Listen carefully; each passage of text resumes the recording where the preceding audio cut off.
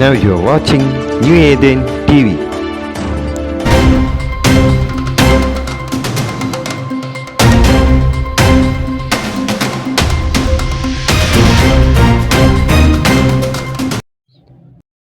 கிறிஸ்துவுக்குள் பிரியமானவர்களே, இந்த ஓய்வு நாளிலே நாம் கடவுளின் செய்தியின் 2ஆம் பாகத்திற்கு நாம் வந்திருக்கிறோம். எனக்கு பிரியமானவர்களே, நாம் குடும்ப பிணைப்போடு இருக்க வேண்டும்.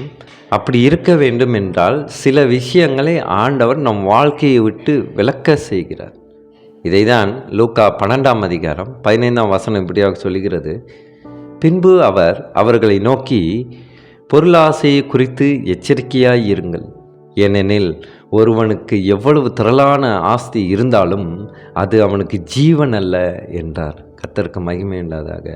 இன்றைக்கு பெற்றோர்கள் வேலை வேலை என்று அலைவதனாலே நம்மளுடைய தேவைகளை பூர்த்தி செய்யவே முடியாது என்று ஆண்டவர் சொல்கிறார். ஏனென்றால் மனிதர்களுடைய தேவைகளோ அளவற்றது. இதில் எத்தனை லட்சம் நம்ம சம்பாதிச்சாலும் பணம் இருக்கும், பொருள் இருக்கும், ஆனால் நிம்மதி என்பது முற்றிலும் இருக்காது என்று ஆண்டவர் வெளிப்படுத்துகிறார். அப்போது நம் அடிப்படை தேவைகளுக்கு மட்டும் நாம் பணம் ஈட்டுபவர்களாக இருக்கிறோமா? ஆண்டவர் சொல்லுகிறார், அந்த குடும்பத்தில் ஒரு சமாதானம் உண்டாகும், அந்த குடும்பத்தில் இறை அன்பு இருக்கும், அந்த குடும்பத்தில் கடவுள் மீது மிக விசுவாசத்தோடு காணப்படுவார்கள். இதை தான் உண்மையான வெளிப்பாடை ஆண்டவர் வெளிப்படுத்துகிறார். பணத்தால் குடும்பத்தில் அன்பு பாசத்தை வாங்க முடியாது. குடும்பத்தாரோட நேரத்தை செலவிடுவதோ அன்பையும் அரவணைப்பையும் காட்டினால்தான் குடும்ப பிணைப்பு பலப்படும் என்று கொலோசியர் 3ஆம் அதிகாரத்திலே 18 21 வசனங்களை நீங்கள் வாசித்தீர்கள் என்றால் உங்களால் புரிந்து கொள்ள முடியும்.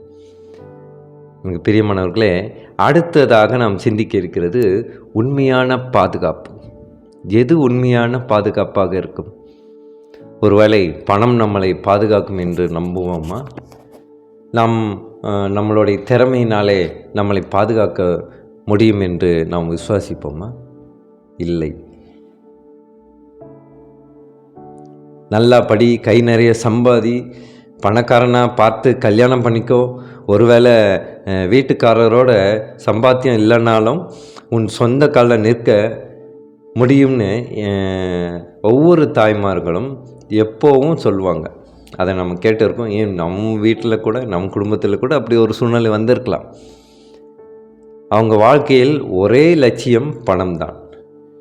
அவங்களுக்கு எப்படியாவது பணம் வந்தால் போதும் என்று சிந்தனையில்தான் அனைவரும் இருக்கிறார்கள். இதில் யாரும் தப்பித்து கொள்ளவில்லை. ஒருவேளை அடிமட்ட மக்கள், நடுத்தர மக்களோடு அடிமட்ட மக்களுக்கு இந்த சூழ்நிலை கிடையாது. ஏனென்றால் அவர்கள் அடிப்படை தேவைகளை மட்டும் பூர்த்தி செய்துவிட்டு அவர்களுடைய வாழ்க்கையை நடத்துகிறார்கள். அதனால்தான் ஏழை எளிய மக்களிடத்தில் இருக்கிற சந்தோஷமானது செல்வ செழிப்போடு சொத்து பத்தோடு இருக்கிற மக்களுக்கு நிம்மதியும் அதே சந்தோஷம் இருப்பதில்லை. எனக்கு பிரியமானவர்களே, எது உண்மையான பாதுகாப்பாக இருக்க முடியும்? ஆண்டவருடைய வார்த்தை தான் நமக்கு பாதுகாப்பு. ஆண்டவருடைய ஆலோசனை தான் நமக்கு பாதுகாப்பு. இதை சிந்தித்து பார்க்க வேண்டும் என்று ஆண்டவர் வெளிப்படுத்துகிறார். எதிர்காலத்தை பற்றிய என்ன நியாயமான கவலைகள் உங்களுக்கு இருக்கிறது? உங்களுடைய நியாயமான கவலை எப்போது தேவையில்லாத கவலையாக மாறலாம். பணத்தை பற்றி சமநிலையான கண்ணோட்டத்தை கொண்டிருக்க நாம் என்ன செய்ய வேண்டும்? இதை தான் பைபிளின் நியமங்கள் மூலமாக நாம் புரிந்து கொள்ளலாம். பூமியில் உங்களுக்காக பொக்கிஷங்களை சேர்த்து வைப்பதை நிறுத்துங்கள். இங்கே பூச்சியும் துருவும் அவற்றை அரித்துவிடும், திருடர்களும் திருடி கொண்டு போய்விடுவார்கள் என்று மத்தேயு 6ஆம் அதிகாரம் 10ஆம் வசனம் இப்படியாக சொல்லுகிறது. எனக்கு பிரியமானவர்களே, எது பாதுகாப்பாக இருக்க வேண்டும்? நாம் சொத்து சேர்த்து வைப்பதினாலே, அதாவது இப்போதுள்ள காலத்தில் நிறைய இளைஞர்கள் வேலை செய்கிறதில்ல. ஏன் அப்படின்னா பூர்வீக சொத்து இருக்குது அப்படின்ற காரணத்தினால. அதனால தான் பூர்வீக சொத்து மகனுக்காக சேர்க்கணும், மகளுக்காக சேர்க்கணும்னு எல்லாம் நிலம் சொத்துக்கத்தெல்லாம் வாங்கி போட்டுட்டா என்ன ஆகுது? இளைஞர்கள் தன்னோட முயற்சியை எடுப்பதில்லை. நமக்கு தான் சொந்த வீடு இருக்குல்ல, அப்புறம் எதுக்கு நம்ம ரொம்ப கஷ்டப்பட்டு வேலையெல்லாம் செய்யணும் அப்படின்னு சில இளைஞர்கள் நினைக்கிறார்கள். ஆனால் ஒரு சில இளைஞர்கள் என்னதான் சொத்து பத்து இருந்தாலும் நான் உழைத்து என்னுடைய சம்பாத்தியத்தில் நான் வீடு கட்ட வேண்டும் என்று அந்த சில இளைஞர்கள் நினைக்கிறார்கள். அது உண்மையிலேயே மகத்தானது, ஆண்டவரின் பார்வையிலே உன்னதமானது. பாதுகாப்பான எதிர்காலத்திற்கு பணத்தை குவிப்பது மட்டும் போதாது. ஏனென்றால் பணம் எப்போது வேண்டுமானாலும் திருடு போய்விடலாம். பணத்தை வைத்து நோயோ மரணத்தையோ தடுக்க முடியாது. இப்போது யாரோ சொல்லிவிட முடியுமா, எனக்கு இவ்வளோ லட்சங்கள் இருக்குது, இவ்வளோ கோடிகள் இருக்குது, அதனால் என் உயிரை காப்பாற்றிக் கொள்ள முடியும் என்று ஒருவரால் முடியாது. நம் நிரந்தர மருத்துவரால் மட்டும்தான் முடியும் நம் நோயை காப்பாற்றுவதற்கு. எத்தனையோ சாட்சிகளை நாம் பார்க்கிறோம். அவர்கள் எல்லாம் மறித்திருந்தாலும் மறுபடியுமாக அவர்கள் பிழைத்து வந்திருக்கிறார்கள் என்றால் அந்த பணத்தினாலேயோ இல்லை சிகிச்சையினாலே கிடையாது, ஆண்டவருடைய வல்லமையினாலும் மகிமையினாலும். கர்த்தருக்கு மகிமை உண்டாதாக. கடவுளுமே அவருடைய நோக்கங்களையும் பற்றி தெரிந்து கொள்வதே உண்மையான பாதுகாப்பு. ஆண்டவர் அதை தான் இன்றைக்கு வெளிப்படுத்துகிறார். அல்லேலூயா. யோவான் 17:3 நாம் வாசித்தால் ஆண்டவர் எதை பாதுகாப்பு என்று சொல்கிறார் என்று நம்மளால் புரிந்து கொள்ள முடியும். எனக்கு பிரியமானவர்களே, அடுத்த தலைப்பானது மனநிறைவு. இன்றைக்கு மக்கள் எதை மனநிறைவாக நினைக்கிறார்கள்? சோஷியல் மீடியாவிலே அடிமைப்படுவது மனநிறைவாக நினைக்கிறார்கள். இன்றைக்கு எத்தனை இளைஞர்கள் சோஷியல் மீடியா, இந்த இன்ஸ்டாகிராம், ஃபேஸ்புக் இதில் இருந்தால் எனக்கு மைண்ட் ரிலாக்ஸாக இருக்குது அப்படின்னு நினைக்கிறார்கள். இல்லை, அவர்கள் ஒரு பேர் ஆபத்துக்குள்ளே சிக்கிக்கொள்ளப் போகிறார்கள் என்று ஆண்டவர் வெளிப்படுத்துகிறார். எனக்கு பிரியமானவர்களே, எனக்கும் இப்படிப்பட்ட ஒரு சூழலிலே நான் இருந்தேன். ஆனால் காலப்போக்கில் ஆண்டவர் அதை சரி செய்து அவருடைய சித்தத்தின்படி என்னை உன்னத வாழ்க்கையிலே வழிநடத்தி கொண்டிருக்கிறார். எனக்கு பிரியமானவர்களே, நமக்கு உணவும் உடுத்த உடையும் இருக்க இடம் இருந்தால் மட்டும் போதும், அதுவே திருப்திகரமானது என்று 1 தீமோத்தேயு 6:8 இப்படியாக சொல்லுகிறது. எனக்கு பிரியமானவர்களே, இப்படிப்பட்ட ஒரு வெளிப்பாடுகளை நாம் பார்க்கும் பொழுது ஆண்டவர் நம் மீது எப்படியாக இருக்கிறார், நம்மளை எப்படி பாதுகாக்கிறார் என்று நாம் புரிந்து கொள்ள முடியும். இதன் மூலியமாக தான் மத்தேயு 5:3 நாம் இந்த தின செய்தியிலே ஒரு மைய வசனமாக கொடுத்திருக்கிறார். ஆவியில் எளிமை உள்ளவர்கள் பாக்கியவான்கள், பரலோக ராஜ்யம் அவர்களுடையது. ஆவியில் மட்டும் எளிமையுள்ளவர்கள் அல்ல, சிந்தனையிலும் செயலிலும் எளிமை இருக்க வேண்டும். அந்த எளிமையானவர்களை ஆண்டவர் நேசிக்கிறார். இன்றைக்கு யாராவது நாம் சொல்லிவிடுவோமா? கடவுளை அதிகமாக தேடி வருகிற மக்கள் யார்? எளிமையானவர்களை தான் தேடி வருகிறார். ஒரு எளிய மக்களை தான் அவர் தேடி வருகிறார். எங்கே வசதி வாய்ப்புகள் இருக்குதோ அங்கே அவர் தேடி வரல. ஏனால் அவரே மாட்டுத் தொழுவத்தில் தான் பிறக்கிறார். ஆண்டவர் இயேசு கிறிஸ்து பெத்லகேமில் மாட்டுத் தொழுவத்தில் பிறக்கிறார். கடவுளுடைய மகன் தானே, ஏன் ஒரு பெரிய ஒரு ராஜ பரம்பரையில் ஒரு இடத்துல பிறக்கலாமே, ஏன் அந்த இடத்தை அவர் தேர்ந்தெடுத்தார்?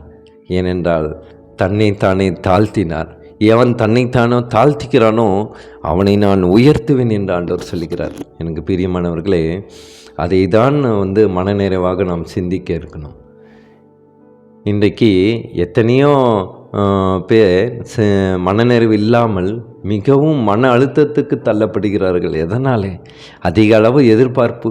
கணவன் மனைவியின் நேரத்தில் அதிக அளவு எதிர்பார்க்கிறார்கள். என் கணவர் நான் நினச்சதெல்லாம் செய்யணும் என்று மனைவி எதிர்பார்க்கிறாள். கணவன் நான் சொல்கிறதெல்லாம் முழுவதுமாக கேட்கணும், எனக்கு பேச்சுக்கு கீழ்ப்படியும் என்று மனைவியை எதிர்பார்க்கிறேன். இப்படி எதிர்பார்ப்புகளை அதிகமாக வைத்து பின்பு அந்த குடும்பத்தில் ஒரு நிம்மதி இல்லாமல், மனநிறைவு இல்லாமல் மிக சோகத்துக்கு உள்ளாகிறார்கள். இன்றைக்கு நீதிமன்றத்திலே அத்தனை கேஸுகள் பதிவு செய்து இருக்கிறது. 99% விழுக்காட கேஸ் எப்படியாக இருக்கிறது என்றால் டைவர்ஸ் கேஸ் தான். இதில் கடவுளை நேசிக்கிற மக்களும் இதில் தள்ளப்பட்டு இருக்கிறார்கள். இதுக்கெல்லாம் காரணம் என்ன? நாம் எளிமையை நேசிக்காமல் சுகபோக வாழ்க்கையை நேசிப்பது, அதிகமாக எதிர்பார்ப்பது, இதுதான் காரணமாக ஆண்டவர் வெளிப்படுத்துகிறார். நமக்கு உணவும் உடுத்த உடையும் இருந்தால் போதும். இதனை தான் நாம் திருப்தி அடைய வேண்டும் என்று ஆண்டவர் வெளிப்படுத்துகிறார். ஆன்மீக விஷயத்திலே ஆர்வப்பசி இருக்கிறவர்கள் சந்தோஷமானவர்கள். அவர்களுக்கோ சொந்த வீடு இருக்காது, வாடகை வீட்டில் தான் இருப்பாங்க. ஆனால் ஆன்மீக விஷயத்தில் அவர்கள் கோட்டீஸ்வரர்களாக இருப்பார்கள். இறை அன்பிலே அவர்கள் செல்வ செழிப்பானவர்களாக இருப்பார்கள். மிகப்பெரிய ஒரு ஆசீர்வாதத்தில் அவர்கள் ஐஸ்வர்யவான்களாக இருப்பார்கள். எனக்கு பிரியமானவர்களே, இப்படிப்பட்ட ஒரு செய்தியை நமக்கு தந்திருக்கிறார் என்றால் நாம் மிகவும் பாக்கியசாலிகள். அப்போது சந்தோஷத்திற்கு என்ன வழி? பொருளாசை பிடித்தவர்கள் மனசோர்வுக்கு அதிக அளவில் ஆளாகிறார்கள். நிறைய பணம் சேர்க்க வேண்டும் என்ற ஆசை வந்தாலே மக்கள் மனரீதியாக பாதிக்கப்படுகிறார்கள். அது எப்படிப்பட்ட பாதிப்புக்கெல்லாம் வருகிறது? மருத்துவ ஆராய்ச்சியிலே சொல்லப்பட்ட ஒரு கருத்து, தொண்டை வலி, முதுகு வலி, தலைவலி போன்ற உடல் ரீதியான பிரச்சனைகளாலும் அவதிப்படுகிறார்கள். இது மனதிலே உண்டான அழுத்தத்தினாலே வரும் பிரச்சனைகள். அளவுக்கு அதிகமாக குடிப்பதோடு போதைப் பொருட்களையும் பயன்படுத்துகிறார்கள். எதனாலே?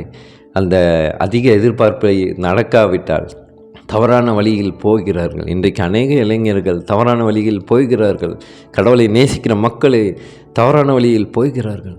இதையெல்லாம் ஆண்டவர் சரி செய்ய வேண்டும் என்று நாம் ஜெபிக்க வேண்டும் என்று ஆண்டவர் வெளிப்படுத்துகிறார். பிரியமானவர்களே, மற்றும் சில ஜப குறிப்புகளையும் நாம் சிந்திக்க இருக்கிறோம். இன்றைக்கான ஜப குறிப்பு, கடவுளின் அன்பை காத்து கொள்ள வேண்டும். இது மிக முக்கியமான ஒரு விஷயமாக இருக்கிறது.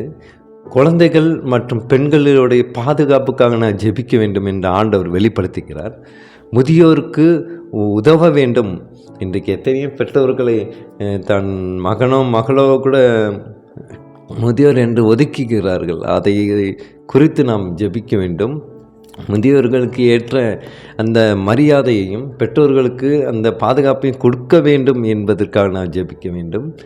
விரும்பியோ விரும்பாமலோ பிறரை துன்புறுத்த வேண்டாம் என்று ஆண்டவர் சொல்லுகிறார்.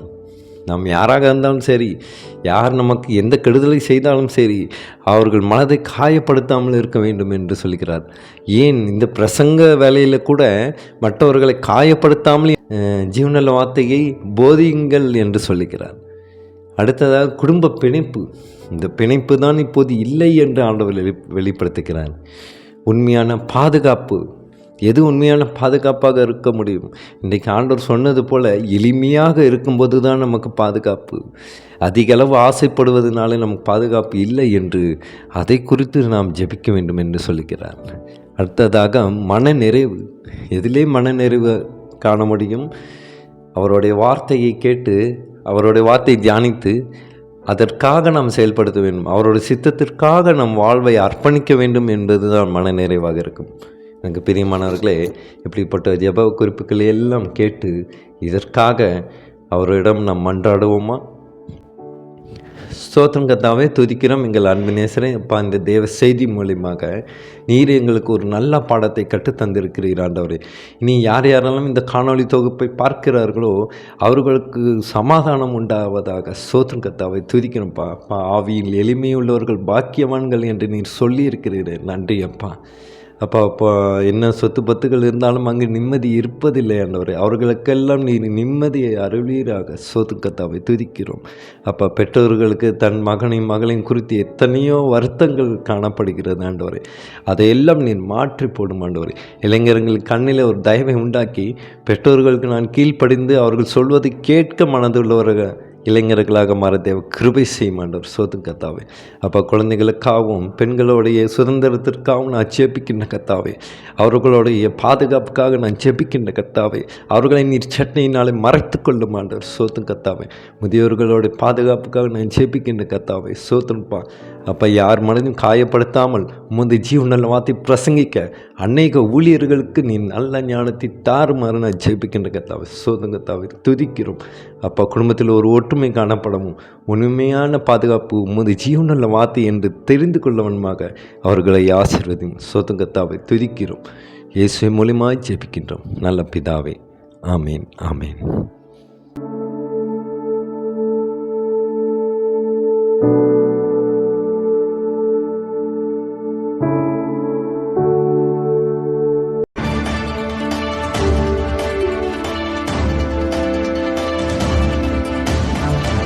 Now you are watching New Eden TV.